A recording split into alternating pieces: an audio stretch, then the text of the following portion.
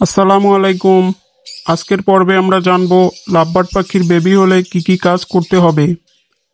সাধারণত লাভবার্ড পাখি 4 থেকে 8টি পর্যন্ত ডিম দিয়ে থাকে, তবে অনেক বেশি খারাপ লাগে যখন পাখি ডিম ফুটে বাচ্চা বের হওয়ার পরে ওই বাচ্চাগুলো মারা যায়।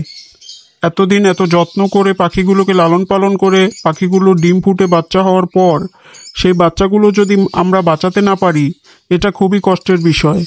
আজকে আমি আপনাদেরকে কিছু সহজ পদ্ধতি বলবো, যেগুলো পালন করলে আপনি আপনার লাভবার্ড পাখিগুলোর বাচ্চা ইনশাআল্লাহ বাঁচাতে পারবেন। তাই ভিডিওটি সম্পূর্ণ দেখার অনুরোধ রইল। পাখির বাচ্চা পালনের এই নিয়মটি লাভবার্ড, বাজরিগর সহ সব ধরনের পাখির জন্য একইভাবে প্রযোজ্য। নাম্বার 1, বাচ্চার বয়স 1 সপ্তাহ হলে হাঁড়ি বা বক্স পরিষ্কার করে দিতে হবে। 1 সপ্তাহ হয়ে গেলে বাচ্চাগুলো একটু বড় হয়, তখন পরিষ্কার করতে সহজ হয়।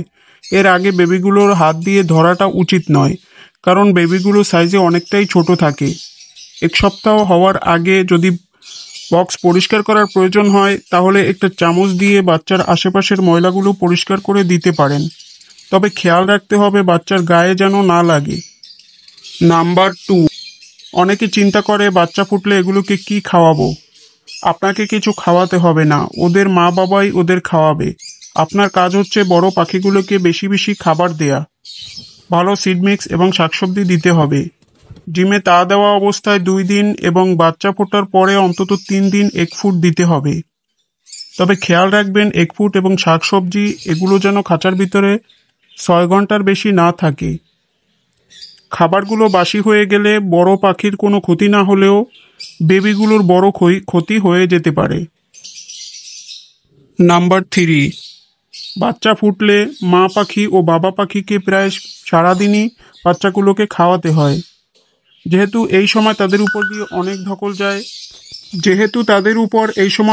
ধকল যায়, তাই খাঁচার ভিতর সব সময় পর্যাপ্ত শাকসবজি, সিড মিক্স এবং পানি রাখতে হবে। তাছাড়া cattle fish bone, mineral block, grit এগুলো দিয়ে রাখতে হবে। তাছাড়া তুলসী পাতা, পুদিনা পাতা এগুলোও দিয়ে রাখতে পারেন খাঁচার ভিতর।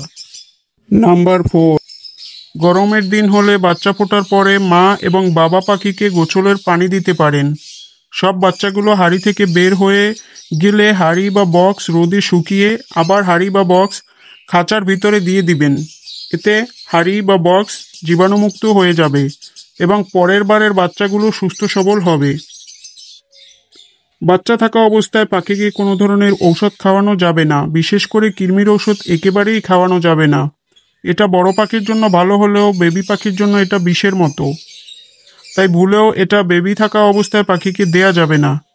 নাম্বার 5, পাখির খাঁচা ট্রে সবসময়ের জন্য পরিষ্কার রাখতে হবে। ট্রের ভিতরে খাবার থাকলে বিভিন্ন ধরনের পোকা, ইঁদুর খাবারগুলো খেতে আসতে পারে, তখন পাখি ভয় পেয়ে যায়। এতে করে পাখি ডিমে তা দিতে চায় না, বাচ্চাকে খাওয়াতে চায় না। তাই পাখির খাঁচা, হাঁড়ি, ট্রে সবসময় পরিষ্কার পরিচ্ছন্ন রাখতে হবে। একজোড়া লাভবার্ড পাখির দাম সর্বনিম্ন 4 থেকে 5,000 টাকা হয়ে থাকে। একজোড়া বাচ্চা অনায়াসে 2 থেকে 2,500 টাকা বিক্রি করা যায়। সেক্ষেত্রে একটি বাচ্চা মারা গেলে আমাদের অনেকটা ক্ষতি হয়ে যায়, তাই আপনাদেরকে অনেক সাবধান থাকতে হবে। আপনারা কোন বিষয়ে ভিডিও পেতে চান কমেন্টে জানাতে পারেন। সবাই ভালো থাকুন, সুস্থ থাকুন এই প্রত্যাশায় আজকের পর্বটি এখানেই শেষ করছি। আসসালামু আলাইকুম।